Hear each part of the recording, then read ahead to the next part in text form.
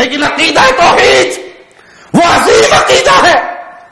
صحابہ کی توہین سے بڑھ کر گناہ ہے میرے اللہ کی توہین کرنا. عقیدہ توحید پر حملے کرنا یہ جرم، پہلا جرم ہے رافضیت کا، یہ جرم پہلا جرم ہے سبائیت کا. ابن سبا یہودی کی یہ نسل، یہ اولاد، یہ روحانی اولاد اللہ کو گالی دینے سے باز نہیں آتی، رب کی گستاخی کرنے سے باز نہیں آتی. آؤ اس مجرم کو سنو، اس ظالم کو سنو، یہ کس طرح کفر بک رہا ہے. یہ منظر بڑا کری ہے، یہ اللہ کی بہت بڑی توہین ہے. لیکن اے اہل توحید، میں تمہیں جھنجھوڑنے کے لیے، تمہیں جگانے کے لیے اس ظالم کا یہ کلپ تمہیں دکھانے لگا ہوں. ذرا غور سے سنو یہ کیا کہتا ہے. جب کل آئے گا تو مراد امت، اور جب کل نہیں آئے گا تو مراد رسول. ایک آیت پڑھنے جا رہا ہوں، ضائع نہیں کیجیے گا. اللہ محمد کے ذریعے اہل نجران سے مخاطب ہو کے کہتا ہے قل تعالوا ندعو ابنانا وابناکم ونسانا ونساکم وانفسنا وانفسکم. حبیب تم نہیں کہو، ان کو کہہ دو کہ اللہ کہہ رہا ہے تم اپنے بیٹے لاؤ، میں اپنے بیٹے لاتا ہوں. انا للہ وانا الیہ راجعون. اس شخص کی یہ ڈرامائی گفتگو کے بعد رافضیوں کا کھڑے ہو کر داد دینا، واہ واہ کرنا، اس کو شاباش دینا اور ان کے اندر جوش و خروش کی یہ لہر آنا، کیا یہ کافی نہیں ہے کہ یہ مجرم قوم اپنے ذاکروں کے مذہب پر ہے، یہ رب کی توہین کر رہا ہے اور عوام اٹھ کر اسے شاباش دے رہی ہے، داد دے رہی ہے، واہ واہ کے نعرے لگا رہی ہے. اس ظالم کے اس خبیث ترین جملوں پر غور کرو. محمد نہیں کہہ رہے، قبلہ توجہ نہیں کر رہے. محمد نے نہیں کہا، اللہ کہہ رہا ہے کہ ان سے کہہ دے کہ اللہ کہتا ہے کہ تم اپنے بیٹے لاؤ، اللہ اپنے بیٹے لاتا ہے. دیکھیے اگر آپ پریشان ہوں گے تو میں آپ سے زیادہ ہو جاتا ہوں. اللہ کہہ رہا ہے ان سے کہہ دے کہ تم اپنے نفوس لاؤ، میں اللہ اپنے نفس لاتا ہوں.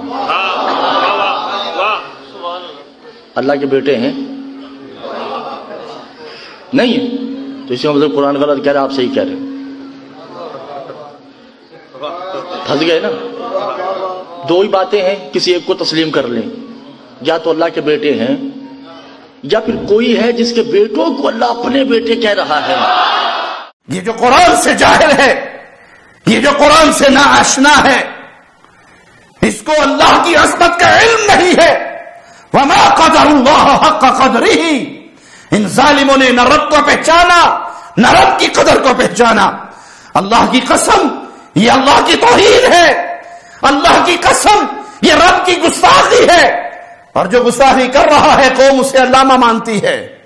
جو تیری توہین کر رہا ہے اور سینکڑوں لوگ اس کے سامنے بیٹھ کر تیری توہین پر کھڑے ہو کر اس کو داد دے رہے ہیں. انا للہ وانا الیہ راجعون.